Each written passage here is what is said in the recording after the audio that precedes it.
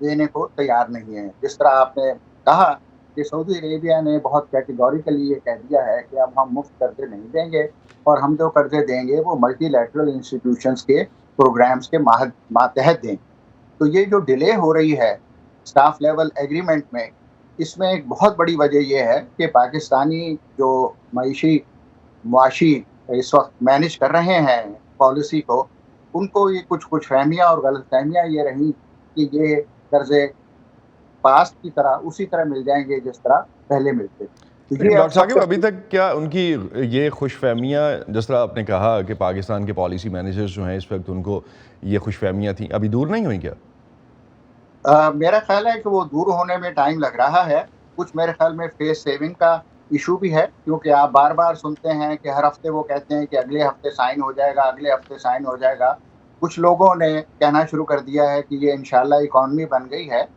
تو جتنا ڈیلے ہو رہا ہے اکانومی جو ہے اتنی ڈیٹیریوریٹ ہو رہی ہے.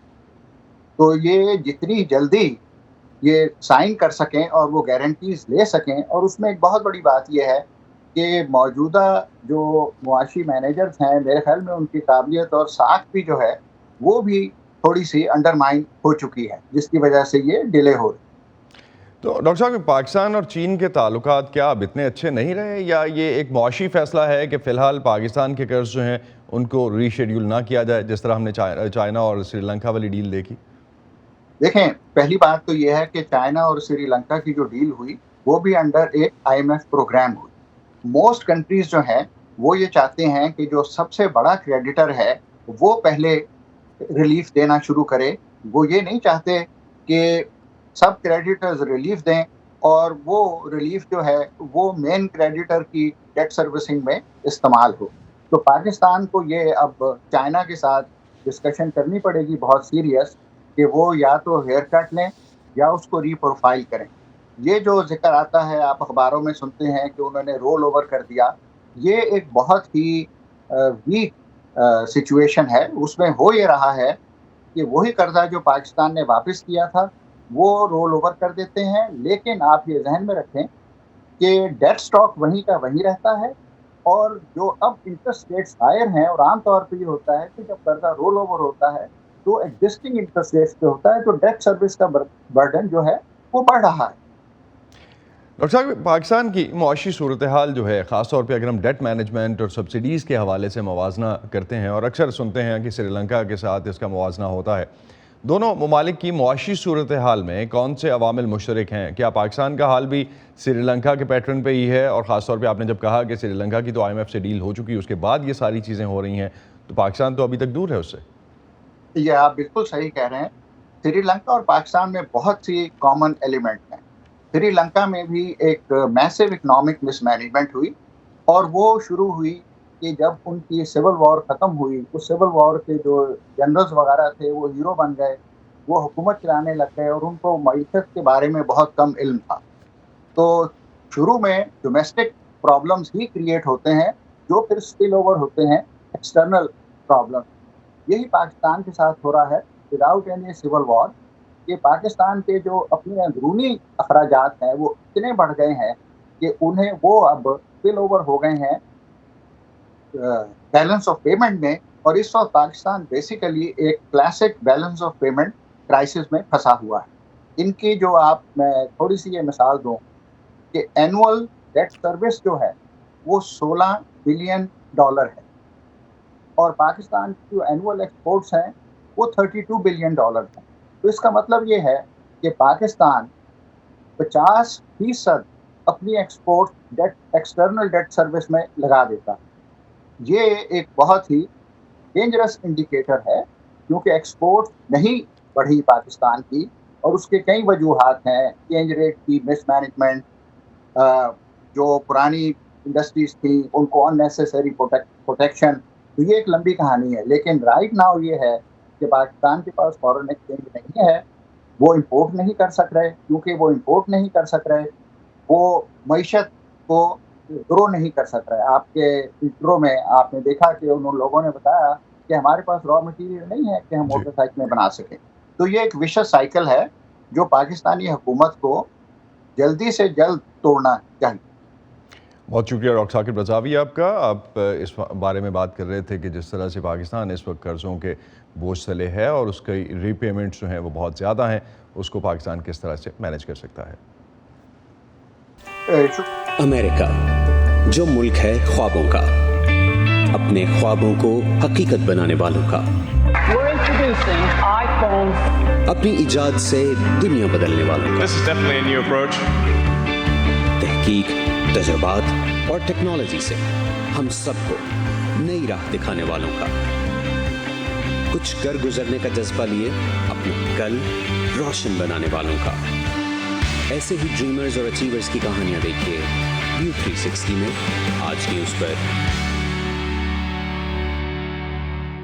شام میں سالوں کی خانہ جنگی نے بچوں کی تعلیم کو بری طرح سے متاثر کیا ہے اور اب فروری میں آنے والے زلزلے نے متاثرہ علاقوں میں تعلیمی ڈھانچے کو تباہ کر دیا ہے. باغیوں کے زیر کنٹرول شام کا صوبہ ادلب جو فروری کے زلزلوں سے شدید متاثر ہوا, اپنے تباہ شدہ تعلیمی ڈھانچے کو دوبارہ تعمیر کرنے کی کوشش کر رہا ہے. اسکولوں کی عمارتوں کی مرمت اور ان کے مسئلے کا حل صرف یہ نہیں ہے, ایک طرف بچے بھی بہت زیادہ صدمے کا شکار ہیں. وائس آف امریکہ کی رپورٹ. جنڈیرز قصبے کے محکمہ تعلیم کے اہلکار فروری کے مہلک زلزلوں سے متاثر ہونے والے بہت سے اسکولوں میں سے ایک کے نقصان کا سروے کر رہے ہیں. تباہ کن زلزلے کا جنڈیرس قصبے پر بہت زیادہ اثر پڑا, خاص طور پر تعلیم کے شعبے پر, جس کے باعث زیادہ تر سکولز بند رہے. اب ہم تباہ شدہ خالد ابن ولید سکول کے سامنے ہیں, جو الیپو کے قریب دیہی علاقوں کا سب سے بڑا سکول ہے. یہاں 3400 طلبہ اور 120 اساتذہ تھے. سکول کے پرنسپل, اسسٹنٹ ڈائریکٹر اور سکول عملے کے بہت سے ارکان مارے گئے. بہت سے اسکول کے بچے اپنے گھر تباہ ہونے کے بعد اب خیمے کے بنے کیمپس میں رہ رہے ہیں. کچھ اسکول واپس جانے سے بہت خوفزدہ ہیں. ہبا اسد کہتی ہیں کہ زلزلے سے پہلے ان کے بچے اسکول جاتے وقت بہت خوش ہوتے تھے. اب وہ پریشان ہے کہ کیا ان کے بچے واپس اسکول جا سکیں گے. زلزلے کی وجہ سے بچے خوفزدہ ہو گئے اور میرا چھوٹا بیٹا ہمارے گھر سے بہت ڈر گیا ہے اور گھر واپس نہیں جانا چاہتا. وہ ہمیشہ سڑک پر رہتا ہے, یہاں تک کہ اگر اسکول کھل بھی گئے میرا بیٹا عمارتوں کے خوف سے وہاں نہیں جائے گا. ہبا کی بیٹی نازلی بھی خوف میں رہتی ہے.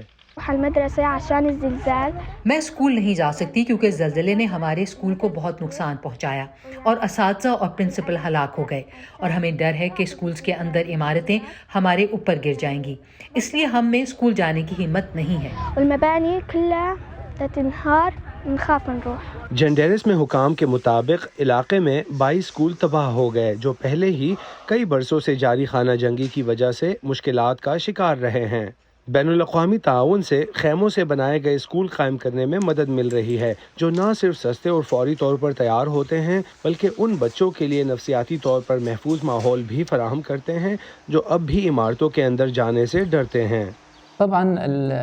ہم فی الحال اپنے تمام اسکولوں کے لیے خیموں کو جمع کر رہے ہیں تاکہ خیموں کے اندر تعلیمی عمل کو شروع کیا جا سکے اور بچوں کے نفسیاتی صدمے پر کام کیا جا سکے.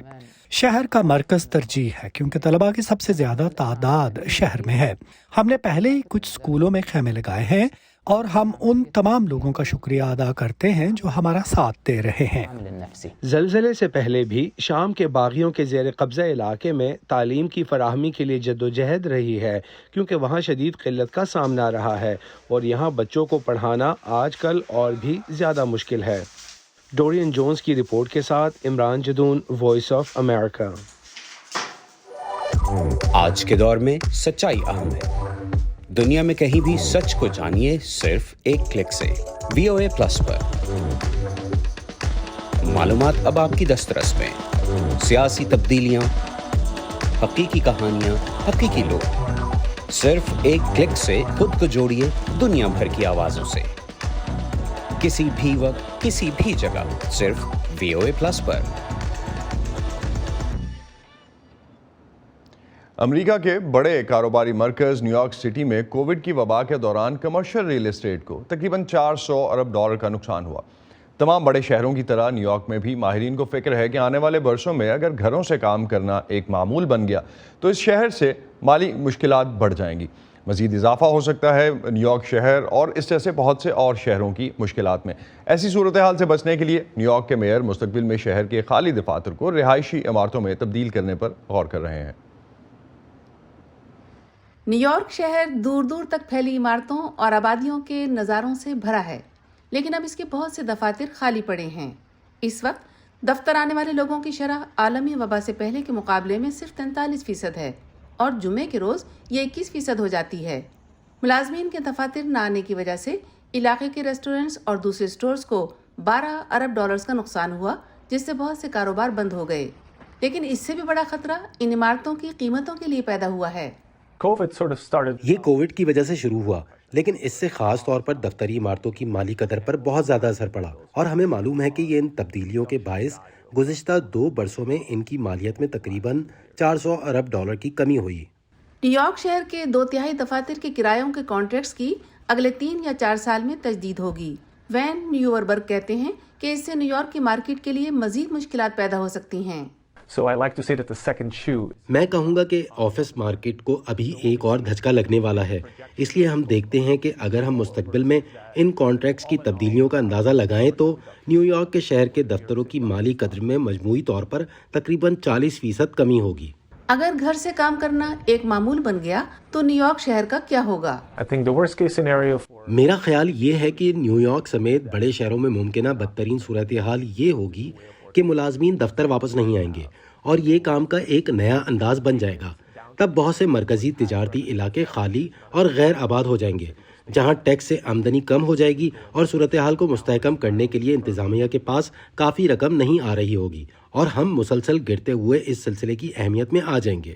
اگرچہ نئی ریسرچ وسیع تر کمرشل ریئل اسٹیٹ مارکیٹ کی اچھی پیشن گوئی نہیں کرتی، لیکن 425 پارک ایونیو پر واقع اس جیسی پرتعیش عمارتوں کے لیے لمبی مدت پر کرائے کے تقریباً تمام کانٹریکٹس پورے ہو چکے ہیں۔ ان عمارتوں میں بہت سی سہولیات ہیں، مثلاً مراقبے کے کمرے، کرایہ داروں کے لیے اعلیٰ ترین درجے کے شیفز کی جانب سے دفاتر میں پکے ہوئے کھانوں کی فراہمی اور ایک بہترین کافی بار۔ ہم بہت خوش قسمت ہیں کہ ہم نے اس ویژن کے ساتھ اسے بنایا ہے کہ اسے ہمارے شراکت داروں کو تعمیر کرنا ہوگا، کیونکہ ہم کرائے کے ایسے مزید کانٹریکٹس کو اپنی جانب متوجہ کر رہے ہیں جس پر دستخط ہوں گے۔ ہماری 86 سے 89% عمارتیں اس وقت آباد ہیں۔ لیکن پرتعیش دفاتر کی ایسی چند عمارتیں مینہٹن کی کمرشل ریئل اسٹیٹ مارکیٹ کا صرف ایک معمولی حصہ ہیں۔ اس کا حل ڈھونڈنے کے لیے نیو یارک شہر کے میئر ایرک ایڈمز نے حال ہی میں زیریں مینہٹن میں ایک دفتر کی عمارت کا دورہ کیا، جسے اپارٹمنٹس میں تبدیل کر دیا گیا ہے۔ لب لباب یہ ہے کہ ہمیں دفاتر کی عمارتوں کو نیو یارک کے شہریوں کے لیے رہائش گاہ میں تبدیلی کے کام کو آسان تر بنانا ہوگا۔ اس عمارت کی طرح جس کا ہم نے ابھی دورہ کیا ہے، ہم دفاتر کی کئی لاکھ مربع فٹ جگہوں کے بارے میں بات کر رہے ہیں۔ دفاتر کی عمارات کو رہائش گاہوں میں تبدیل کرنے کی حالیہ کوششیں اور نیو یارک شہر کے بھرپور ثقافتی اور کھانے پینے کے مقامات کے پیش نظر ابھی بھی یہ امید باقی ہے کہ نیو یارک شہر ریموٹ ورک کے دیرپا اثرات سے بچنے کے لیے کافی لوگوں کو اپنی جانب راغب کرے گا۔ ایرون رینن کی رپورٹ کے ساتھ یاسمین جمیل، وائس آف امریکہ۔ اسی پر ختم کرتے ہیں آج کا ویو 360۔ اسٹے سیف اور پاکستان اور خطے سمیت دنیا بھر کی اہم خبروں اور دلچسپ معلومات کے لیے آپ آ سکتے ہیں ہماری ویب سائٹ urdu.voa.com پر۔ یہ سارا کانٹینٹ آپ کو ملے گا ہمارے سوشل میڈیا پلیٹ فارمز پر بھی، facebook.com/VOA Urdu، یوٹیوب پر ہمارا چینل ہے VOA Urdu کے نام سے، اور ٹویٹر انسٹاگرام پر ہمارا ہینڈل ہے @VOA Urdu۔ اب تک کے لیے اتنا ہی۔ اسد اللہ خالد کو اجازت دیجیے، خدا حافظ۔